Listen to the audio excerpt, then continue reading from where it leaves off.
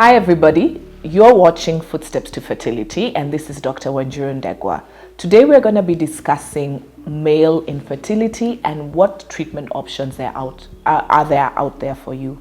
So if you're a man who's struggling with infertility, wondering what to do with a diagnosis of azoospermia or oligospermia or astheno, whatever you're struggling with, this is the video for you. Keep watching.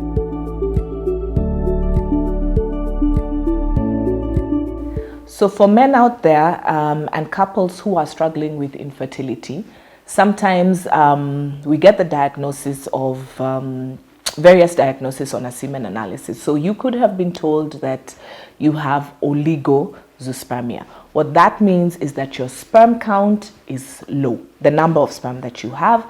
Usually by WHO standards, we're talking about less than 40 million sperm in the whole ejaculate. What can be done about this? For some people, it's that you've been told that there are no sperm. Absolutely nothing found in the sperm analysis. What are we going to do? For some people, it's that the movement is low. So you're told, okay, we have probably 10% of sperm that are moving, nothing else is moving. What options are out there for you? And for some sperm, it's the way they look. You've been told the sperm are abnormal in terms of the way they look. Maybe they have no head, they have no tail. What's out there for you? So if you are a man who has recently or has gotten a diagnosis from a semen analysis that either you have a low sperm count or that the sperm are not moving as fast as they should be, or that there are more abnormal forms than we want, then these are the options for you. For some, when we do get the cause, because sometimes we can't get the cause. So if we find, and through the history, that we take a history when you come in, and if we find that it's probably a lifestyle problem, maybe you're drinking too much, you're smoking too much, or you're intaking of recreational drugs, then sometimes if we stop them, and probably are an antioxidants for about 3 to 6 months, we do see an improvement. So I want to give hope for these type of men, but I have to caution that you have to stop. It's not that we are going to now give you this antioxidant medication and then suddenly we're going to improve.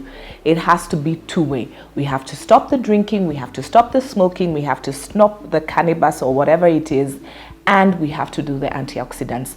A healthy lifestyle also helps. So if you start exercising, if you eat more fruits and vegetables, we have seen an improvement. And sometimes some couples have come back pregnant just because of this. So we know it's a hard habit to break. These are things that are hard to do, but it does help for some.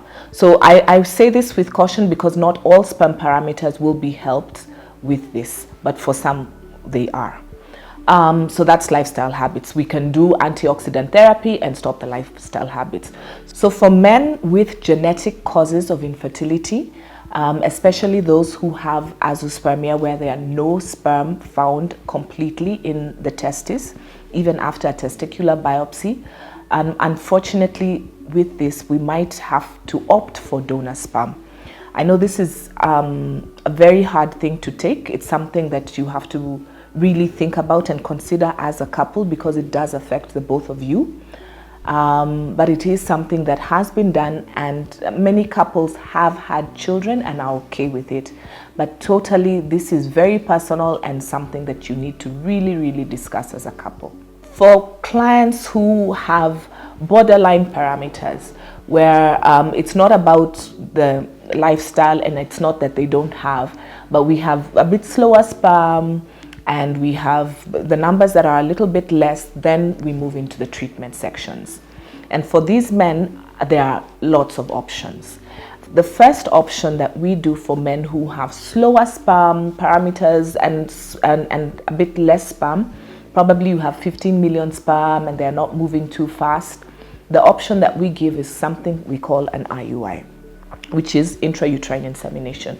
And for this, all we have to do is you have to give us a sample when the lady is ovulating.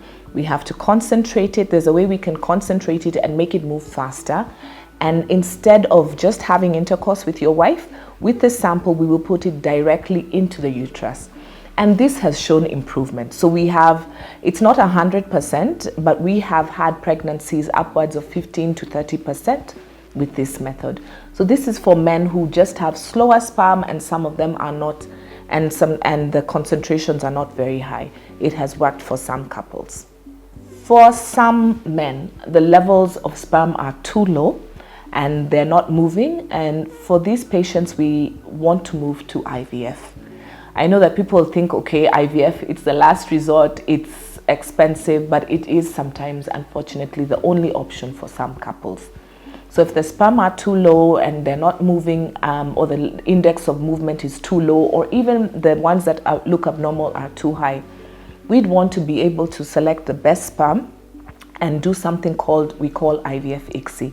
And what this is that you give us a sample, the lady has to undergo the whole IVF process, which is a 10 to 12 day injection process. And once we extract her eggs, you give us a sample, and at that point we're able to determine under the microscope what is the best sperm. So we'll look under the microscope, check for the best sperm, and inject it directly into the egg. So this is for men who have low counts, where an IUI wouldn't work or natural conception wouldn't work.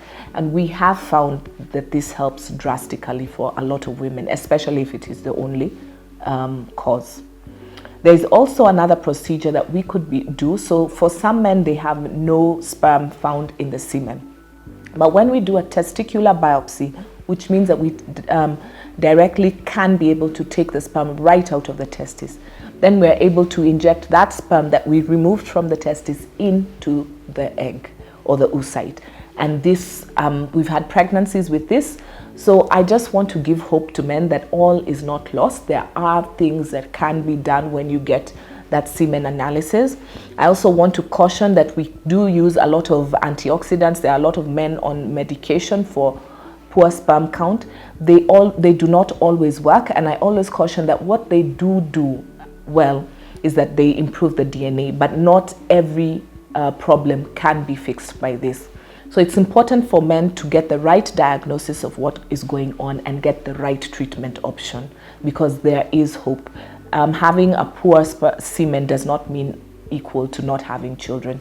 There are treatments and there are things that we can do to assist you. So I hope this video was informative. I hope you've learned something about the treatment options. I hope that we have given you hope, because that's what our main goal at the end of the day is. If you liked the video, please subscribe to our YouTube channel for more. If you would like to share, feel free to share with a friend. If you are struggling and have questions and queries and would like to get more information, please email us, call us, contact us on any of our forums. We'll be happy to help. This is Dr. Wanjiru Ndegwa, and you're watching Footsteps to Fertility.